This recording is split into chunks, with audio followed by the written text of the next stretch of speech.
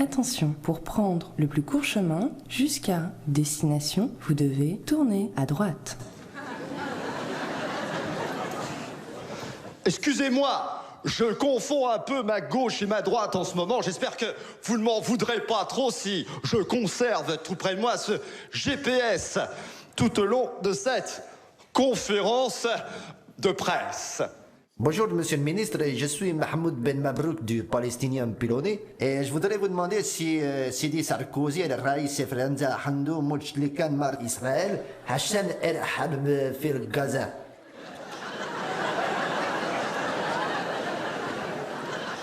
Écoutez, monsieur Ben Magnoun, je vous arrête tout de suite. Un, on ne comprend rien de ce que vous dites. Et deux, je vois parfaitement où vous voulez en venir.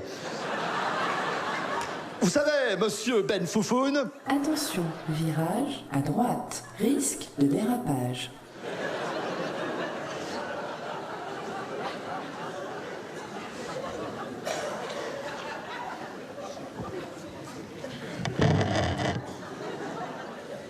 Excusez-moi. Je vais répondre très clairement et très précisément à votre question. Dans le conflit israélo-palestino-égypto-libano-jordano-franco-balisto-nespresso, plus bien sûr tous les autres pays, la position de la France est d'intervenir, bien entendu, de manière décisive, en accord avec les résolutions de l'ONU 8B 447, 822 et 65420 par terre, en proposant des actions fortes ayant pour objectif de faire ce qu'il faut et de dire ce qui doit être dit à qui de droit et à qui veut bien l'entendre. J'espère avoir répondu clairement à votre question. Non, j'ai rien compris du tout. Moi non plus, je vous rassure. Une autre question, peut-être. Monsieur le ministre, good morning. Je suis John Felton du Main Street Journal of the Corner Right de Milwaukee aux États-Unis. Comment faites-vous pour... Okay. I understand. I understand very well.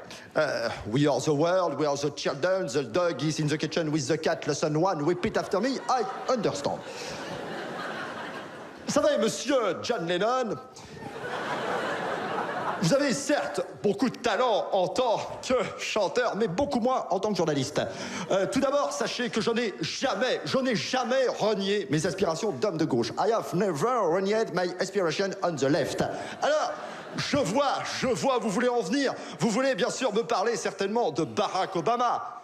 Non, pas du tout. Écoutez, arrêtez de m'interrompre sans arrêt. Okay, je suis Bernard Kouchner, vous me posez des questions, excusez-moi, j'ai quand même le droit d'y répondre. Non, mais parce que si vous me coupez sans arrêt, on va pas y arriver, d'accord? Donc, non, mais laissez-moi parler, s'il vous plaît. Je sais ce que je dis, je ne suis pas fou, je suis David Kouchner. Alors, s'il vous plaît, Bernard Kouchner. J'ai connu un Bernard Kouchner. Ah bah oui, c'est moi. Je ne suis pas fou, je suis conscient, tu es conscient, il est conscient, nous sommes conscients, vous êtes conscients, ils sont... Everybody is conscient. Alors, aussi bien en France comme aux États-Unis, de l'autre côté, hop, on prend l'avion, on y est direct. Alors, si vous voulez, je ne suis pas fou, je suis Bernard Kouchner, je le sais, c'est marqué sur toutes mes cartes. Donc, s'il vous plaît, calmez-vous. Si vous me coupez sans arrêt, je quitte le plateau, vous le savez. Donc, s'il vous plaît, laissez-moi parler. Il n'y a que moi qui parle? D'accord. Barack Obama... Permettez-moi de vous dire que nous l'avons soutenu dès le premier jour de son élection. Je l'ai appelé dès le lendemain. Je dis Hello Barack, la France doit prendre modèle sur les États-Unis. C'est la crise. Désormais, on va tous travailler au noir. Ça lui a pas plu du tout. Il a raccroché et depuis, nous n'avons aucune nouvelle. Je crois qu'il a même annulé sa venue. Une autre question, peut-être. Bonjour, monsieur le ministre. Je suis Corneille Kamboulé du journal Le Rwanda oublié. Et je voudrais vous poser deux questions. Regrettez-vous d'avoir dit que les droits de l'homme n'étaient pas la priorité de la politique étrangère? Et ensuite, quelle est votre position concernant Ramayana?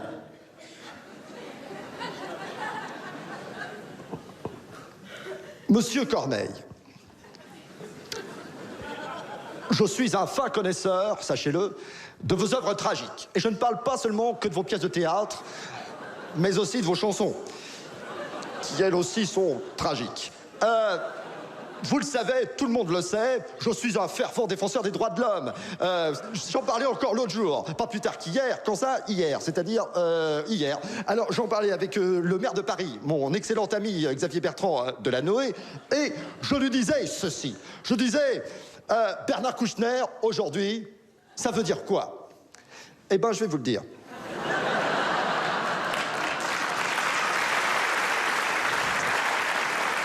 Ne suis-je pas cette fameuse conscience humanitaire de Sarkozy, sa petite boulette de riz, comme il aime à me surnommer. Bon, quand il est colère, il me surnomme aussi son sac à merde. Mais je sais qu'il m'aime bien. Excusez-moi, le président m'aime beaucoup. Hein, il me disait encore hier, comme ça, il me disait, tu sais, Coucouche, on est des hommes, on a tous les droits. C'est ça, les droits de l'homme. Alors, je lui ai dit, écoutez, monsieur le président, sa majesté, son altesse... je lui disais, vous savez, les droits de l'homme, c'est comme Ramayad. Vous voyez qui c'est Ramayad? Ramayad, coucou Ramayad. Bref, les droits de l'homme, c'est comme Ramayad, ça ne devrait pas exister. On a bien rigolé.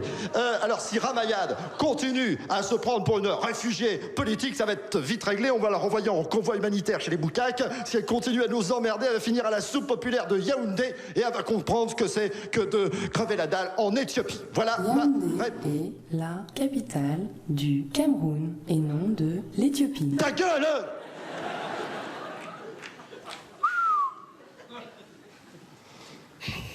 Comment ça, c'est pas des paroles d'homme de gauche? Et alors? Je suis Bernard Kouchner. Je suis libre. Je dis ce que je veux. Cassez-vous tous, pauvres cons. C'est notre slogan. Retournez dans votre pays, ne me faites plus chier.